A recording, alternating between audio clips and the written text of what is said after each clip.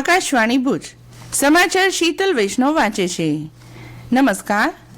પ્રધાનમંત્રી નરેન્દ્ર મોદીએ ગઈકાલે ગુજરાતના ઐતિહાસિક દરિયાકાંઠાના શહેર પોરબંદરથી ઓમાનના મસ્કત સુધીની INSV કૌંડિન્યાની પ્રથમ સફર પર ખુશી વ્યક્ત કરી.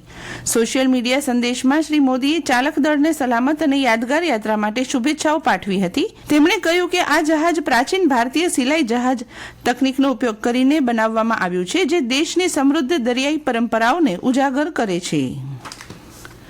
રાજ્યપાલ આચાર્ય દેવવ્રતે કહ્યું, પ્રાકૃતિક ખેતી જ ભારતનું ભવિષ્ય છે.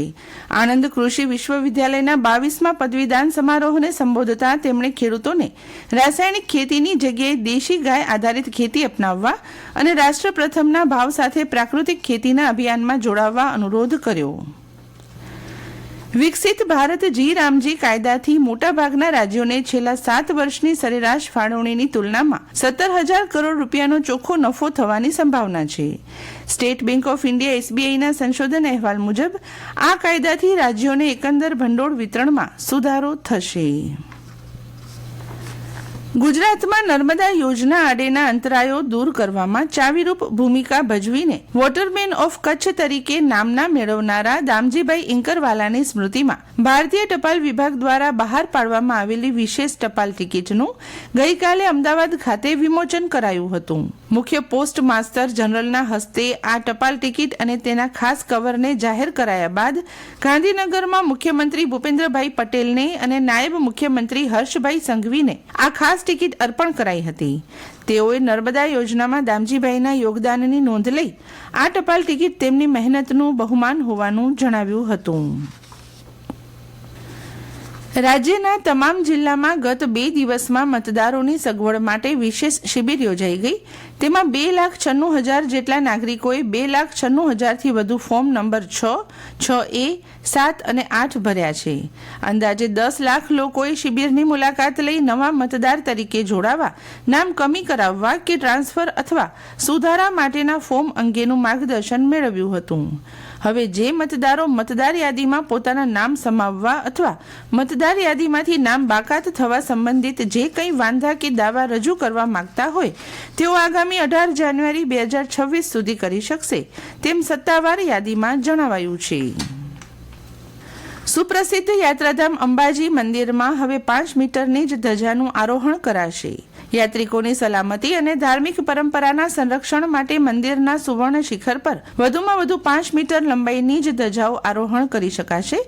આગામી 1 જાન્યુઆરી 2026થી આ નિર્ણયનો અમલ કરાશે. Student startup and innovation cell અંતર્ગત KSKV કચ્છ યુનિવર્સિટીના કોર્ટ હોલ ખાતે અમૃત પર્વની ઉજવણી નિમિત્તે સ્વદેશીથી વિકસિત ભારત એ વિષય પર માંડવીના ધારાસભ્ય અનિરુદ્ધ દવેનું વ્યાખ્યાન યોજવામાં આવ્યું હતું.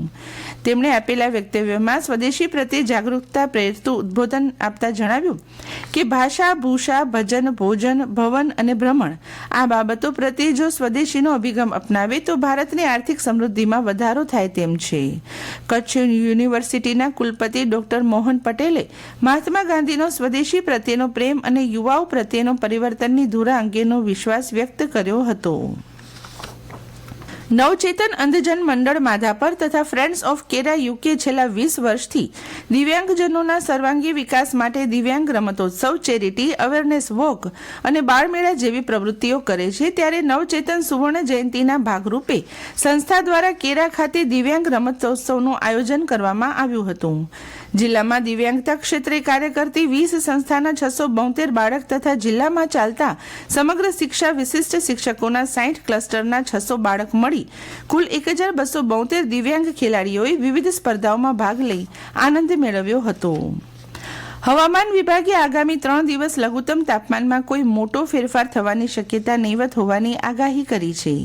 વિભાગે જણાવ્યું, ગત 24 કલાકમાં 11 ડિગ્રી સેલ્સિયસ તાપમાન સાથે કચ્છનું નલિયા સૌથી ઠંડુ શહેર રહ્યું છે, જ્યારે કંડલા વિમાન મથક અને ડીસામાં લઘુત્તમ તાપમાન 13 ડિગ્રી સેલ્સિયસ તાપમાન નોંધાયું છે. અને આ સાથે આજનું સમાચાર બુલેટિન પૂરું થયું. નમસ્કાર.